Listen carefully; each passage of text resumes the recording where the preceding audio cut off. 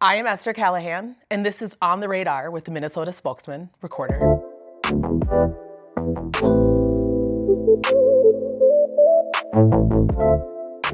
I do a little bit of this, a little bit of that. I like to say that I'm a community cultural curator. I don't work in traditional curatorial spaces. I like to think about how we can present art in nuanced ways, both inside and outside. I work in for-profit spaces, nonprofit spaces as an art consultant, and I also lean into the work of art direction in different capacities in predominantly BIPOC and Black-led organizations.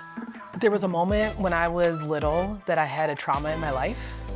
And the way that I leaned into care was through art. Art always had a moment for calm, for quiet, for calming the spirit, for quieting the mind. And I saw the importance and the power that art can do in thought and in feeling. I was adopted into a white family, and I think it was like the moment I realized like these were not my biological parents, but it was really more of a trauma of one of my siblings. There was a sexual violence assault that happened between us. And the therapist that I was seeing used art as a catalyst to help me open up and emote. The Twin Cities, Minnesota itself, the Midwest region has some of the most incredible art spaces and artists. And if you haven't tapped in, tap in. And one of the places that you can tap into is this one that we're in. What we're in right now is called the Legacy Building.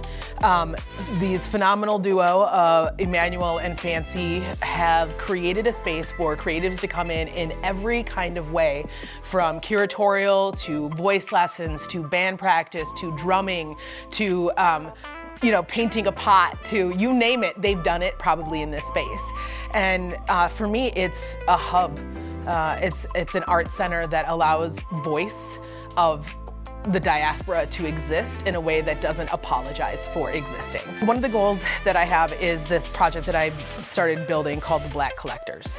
My colleague Keisha Williams, who's the head gallerist for the MCAD gallery, the Minneapolis College of Art and Design gallery, Keisha Williams and I worked together at MIA, and we had opportunities to lean into what is it that we don't see, and one of it was who collects work that look like us.